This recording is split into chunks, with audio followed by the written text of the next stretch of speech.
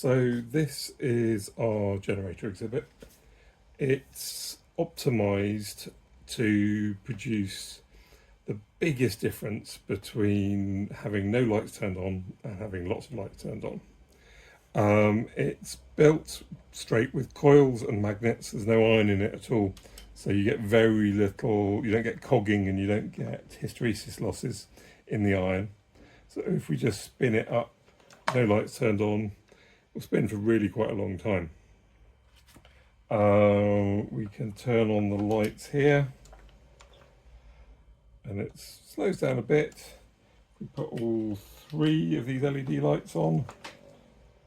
It slows down quite quickly. But if you start turning on the incandescent light bulbs, it really starts struggling. And even as quite a large adult, it's hard work winding, generating the 60 watts, as it should be 70 watts in total, of these. I wouldn't want to do that for very long. Which makes it obvious that the energy to light the light bulbs must be coming from somewhere, and the energy is conserved. The switches are all digital, which means that they can turn themselves off after about a minute.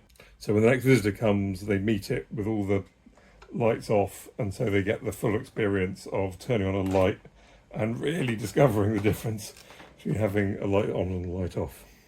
The handle has got a clutch on it, so even if you spin this up really fast, the only momentum that it's got isn't the whole kilo of rotor going very fast, it's just the handle itself. It doesn't hurt if it bashes into you. One of the lovely things about this exhibit is it's an incredibly physical, visceral effect. You're winding a handle and nothing's happening, you just turn on a light and suddenly it gets harder. And all you're doing is turning on that light because the energy to light the light is coming from your hand. And it all makes sense, and it explains various things, not least why saving energy is important. There are lots of different potential and versions we've built of this already. We've made them horizontal on a table. We've made them as a demo piece of kit with the various different things which you can plug in, things like electric drills and heaters and other sorts of things which you plug in.